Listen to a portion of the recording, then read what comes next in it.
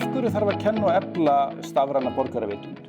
Það er einfaldlega vegna þess að stór hluti okkar lífs fer fram á netinu í dag og sérstaklega ungt fólk mikið að nota netið, sér til upplýsingaöflunar, sér til fréttaöflunar og svo framvegis. Og að vera gagnrýnin á það sem að gerast á netinu, kunna að nota það, bara gríðarlega mikilvægt í þeim heimi sem við lifum í dag. Nú, það er náttúrulega bara svo mikilvægt að upplýsingarnar sem við öflum okkar séu réttar og við séum að fá rökréttar upplýsingar atburðina sem í gangi í heiminum.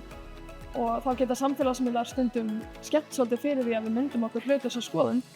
En við erum líka bara sú kynslóð sem að fá bara töluvert magn af upplýsingum okkur minnst að tegja alltaf einhvern veginn á samfélagsmiðlum, á bara TikTok sem bara sífellt, upplýsinga og bara, já.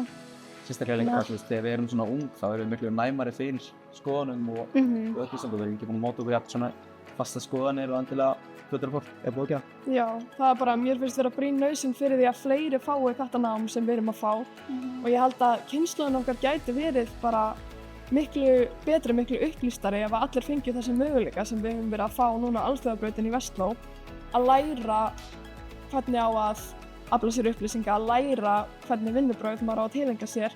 Ég held að kynslóðin myndi almennt bara vera bættari ef allir fengju aðgang á þessu.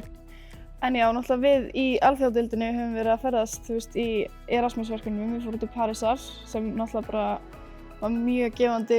Við tókum á móti Frökkum og fórum svo út til þeirra og bara kynntumst þessum skóla þeirra sem bara með allt aðra kennsluaðferðir og svona mjög áhugavert að sjá það.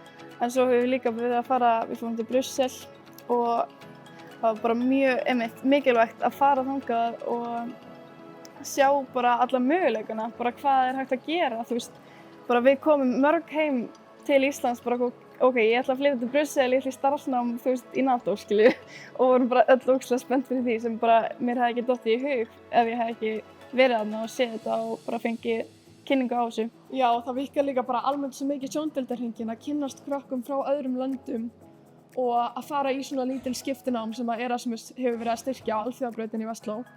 Og það bara breytir heimsmyndinni mann svolítið að sjá hvernig þau lifa og fylgja þeim í skólanum í viku. Það sem stóð upp úr hjá mér í þessu ferðum var einmitt að komast inn í daglegt líf þarna og upplifa þá svona allt aðra nálgun einhvern veginn á svæðin. Eins og ég var nýbúinn að fara til Parísar áður en við fórum verkefni saman og þá var ég bara svona túristi. Þarna var maður einhvern veginn ekki sömu borg, þetta var allt annað að vera þarna og komast inn í daglegt líf og fara með krökkunum í skólan og fá að gista heima frá krökkunum.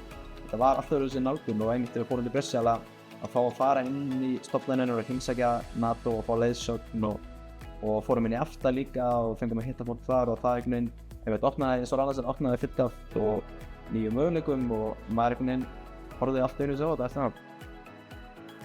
Já, mér finnst þetta frábæri leið að taka þátt í svona verkefni til að bara efla mig sem kennara og kynnast öðrum kennurum og komast út úr skólastofunum að kynnist nemendum á nýjan hátt og já, þetta styrkir mann bara sem kennari og ég hvet alla sem hafa tækifæri á að taka þátt í svona verkefni að gera það.